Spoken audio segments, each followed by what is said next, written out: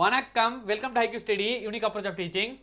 Today 10th ஸ்டாண்டர்டில் பார்த்தீங்க அப்படின்னா இப்போ என்ன பார்க்க போகிறோம் அப்படின்னா எக்ஸாம்பிள் 1.14 அண்ட் 1.15 இந்த செஷனில் வந்து நம்ம பார்க்க போகிறோம்.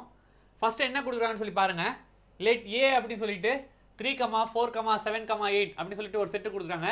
பி வந்து 1, 7, 10 அப்படின்னு சொல்லிட்டு இன்னொரு செட்டு கொடுக்குறாங்க. Which of the following sets are relation from A to B.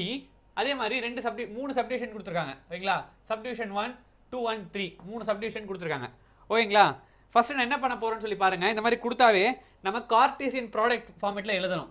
Cartesian product அப்படின்னா எதுவும் கிடையாது, A cross B. A cross B ஃபார்மேட்டில் நம்ம எழுதணும். இங்கே கொடுத்துருக்கிறது என்னது, ஏ அப்படியே எழுதிக்கிறேன்.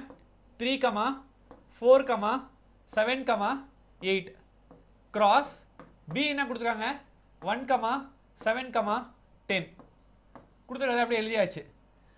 இப்போ என்ன பண்ண போகிறோம் அப்படின்னா இதை வந்து ப்ராடக்ட் கிராஸ் பண்ணணும். ஒன்றுமே எப்படி கிராஸ் பண்ணுறது, இந்த 3க்கு 1, இந்த 3க்கு 7, இந்த 3க்கு 10. அதே மாதிரி ஒன்றுத்துக்குமே 4க்கு 1, 4க்கு 7, 4க்கு 10, 7க்கு 1, 7க்கு 7, 7க்கு 10.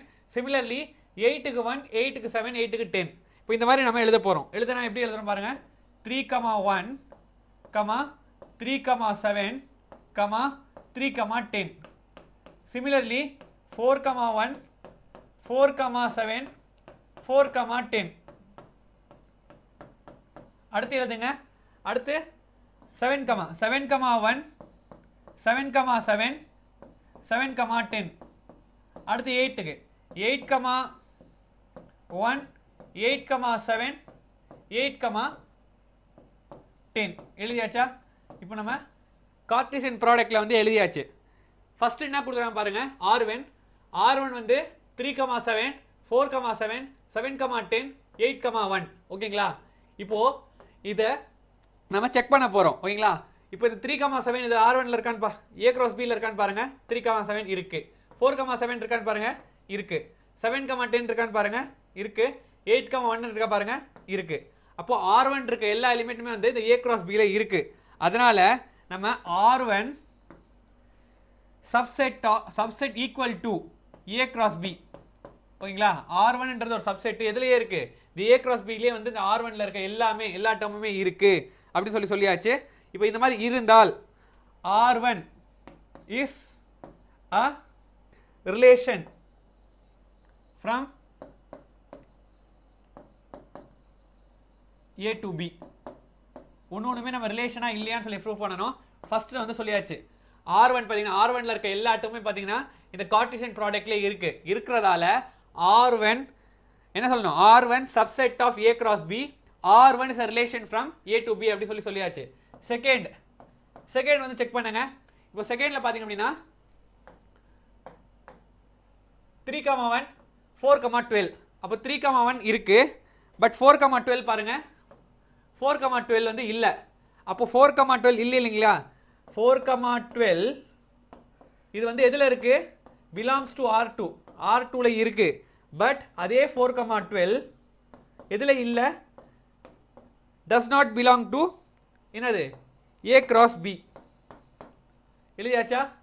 அவ்வளோதான். இப்போ இதில் இருந்து ஸோ நம்ம என்ன சொல்லலாம், R2ன்றது இஸ் நாட் அ ஃபங்க்ஷன் அப்படின்னு சொல்லி ஃபுல்லாக எழுதுங்க. From A to B. R2ன்றது ஃபங்க்ஷன் கிடையாது. ஏன், இந்த 4, 12 பார்த்தீங்க அப்படின்னா R2ல இருக்கு.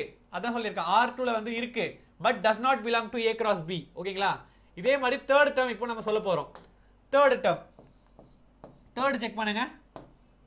தேர்ட்ல என்ன இருக்கு, 3, 7 இருக்கான்னு பாருங்க, எஸ் இருக்கு. 4, 10 இருக்கான்னு பாருங்க, இருக்கு. அதே மாதிரி 7, இருக்கு. 7, 8 இல்ல. எதுனா ஒண்ணு இல்லாதது நம்ம சொன்னா போதும். ஓகேங்களா, அப்போ 7, 8 இது பிலாங்ஸ் டு என்னது, R3ல இருக்கு. But 7, 8 does not belong to A cross B. அதனால இப்போ நான் மேல என்ன எழுதணுமோ அதே எழுதணும். so R2 is not a function from A to B. இப்போ எது ஃபங்க்ஷன் இல்லைன்னு சொல்லிட்டு நம்ம எழுதியாச்சு. இதுல என்ன டவுட்டா, மூணு கொடுத்துருக்காங்க. இதுல ஒன்னொன்றுமே எதுவுமே கிடையாது. ஃபர்ஸ்ட் கார்ட்டீசியன் ப்ராடக்ட் வந்து கண்டுபிடிக்கணும். அதான் A cross B. நம்ம கண்டுபிடிச்சிட்டு இதுலேயும் அந்த ஒரு கொடுத்துருக்க சப்டிவிஷனுமே இருக்கான்னு சொல்லி செக் பண்ணுங்க. R1ல இருக்க எல்லா எலிமெண்ட்டும் பார்த்தீங்க அப்படின்னா A cross Bல இருக்கு, அதனால அது ஃபங்க்ஷன். R2ல பார்த்தீங்கன்னா 4,12 R2ல ஒண்டி தான் இருக்கு, A cross B இல்ல, அதனால வந்து அது நாட் அ ஃபங்க்ஷன். அதே மாதிரி பார்த்தீங்கன்னா 7,8ன்றது A cross Bல இல்ல, அதனால இதுவும் ஒரு ஃபங்க்ஷன் கிடையாது. Next example 1.5. The arrow diagram shows, arrow diagram வந்து கொடுத்துருக்காங்க இந்த ஃபிகர்ல, தெரியுதுங்களா? இந்த ஃபிகர்ல வந்து they have given arrow diagram. A relation என்ன சொல்லிருக்காங்க பாருங்க, a relationship between the set P, P-க்கும் Q-க்கும் ரிலேஷன்ஷிப் வந்து கொடுத்துருக்காங்க. Write the relation in subset builder form, roster form, what is the domain and range. மூணு வந்து கேட்டிருக்காங்க. ஃபர்ஸ்ட் நம்ம எதில் எழுதணும்? செட் பில்டர் ஃபார்ம்ல எழுதணும். இப்போ செட் பில்டர் ஃபார்ம்ல எழுதணும் பாருங்க. Set builder form, set builder ஃபார்ம்ல எப்படி எழுதலாம்னு சொல்லி பாருங்க. இப்போ நான் என்ன பண்றேன் அப்படின்னா P Q இருக்கா, அப்போ P ல இருந்து பார்த்தோம் அப்படின்னா Q வந்து 2 கம்மியா இருக்கு. அதே மாதிரி பாருங்க P வந்து 6 அப்படின்னா 2 கம்மியா இருக்கு 4, 7 2 கம்மியா இருக்கு 5. அப்போ இந்த எலிமெண்ட்ஸ் எல்லாம் அந்த 5 P ல இருக்கிறதெல்லாம் நான் X ன்னு எடுத்துக்கிறேன், Q ல இருக்கிறதெல்லாம் வந்து நான் Y ன்னு எடுத்துக்கிறேன். ஓகேங்களா? அதான் நான் பண்ண போறேன். அப்போ P ல இருக்கிறதெல்லாம் X, Q ல இருக்கிறதெல்லாம் Y. அப்போ Y ல இருக்கிறது என்னவா இருக்கு? X ல இருந்து 2 கம்மியா இருக்கு. புரிஞ்சிருச்சா? அப்போ பாத்தீங்கன்னா P ல வந்து X ன்னு இருக்கு, Q ல இருக்கிறது வந்து Y. அப்போ Y எப்படி இருக்கு? X விட 2 கம்மியா இருக்கு. ஓகேங்களா? அது எழுதியாச்சா? That's it. அப்போ இது நம்ம செட் பில்டர் ஃபார்ம்ல எழுதும்போது R, set builder form R is equal to, இதுல வந்து X Y ன்னு சொல்லிட்டு 2 இருக்கு. ஓகேங்களா? அதுக்கப்புறம் Y-ன்றது என்னன்னு சொல்லி பார்த்தோம் அப்படின்னா X minus 2. ஓகேங்களா? அப்போ X belongs to என்னது? P. அதே மாதிரி Y belongs to Q. புரிஞ்சிருச்சா? இதுதான் வந்து செட் பில்டர் ஃபார்ம். அடுத்து எந்த ஃபார்ம்ல எழுதணும்? செகண்ட் என்ன சொல்லியிருக்காங்க? Roster form. ரோஸ்டர் ஃபார்ம் அப்படின்னா எதுவுமே கிடையாது. அதே இங்க பாருங்க, இப்போ 5 எதுக்கு போகுது? 3க்கு. அதே மாதிரி 6 எதுக்கு போகுது? 4க்கு. 7 எதுக்கு போகுது? 5க்கு. அப்படியே நம்ம எழுத போறோம். அப்போ roster form, roster form R equal to 5,3, அடுத்து 6,4, அடுத்து 7,5. ரோஸ்டர் ஃபார்ம்ல நம்ம எழுதியாச்சு. That's it. இதுதான் ரோஸ்டர் ஃபார்ம். அடுத்த ஃபார்ம் என்னது? அடுத்து வந்து என்ன கேட்டிருக்காங்க? டொமைன் என்ன, ரேஞ்ச் என்னன்னு சொல்லி கேட்டிருக்காங்க. ஓகேங்களா? Very very simple. இப்போ டொமைன்ன்றது என்னன்னு சொல்லி பாருங்க. Domain of R. இப்போ இந்த R ஓட டொமைன் ஆஃப் R. ஓகேங்களா?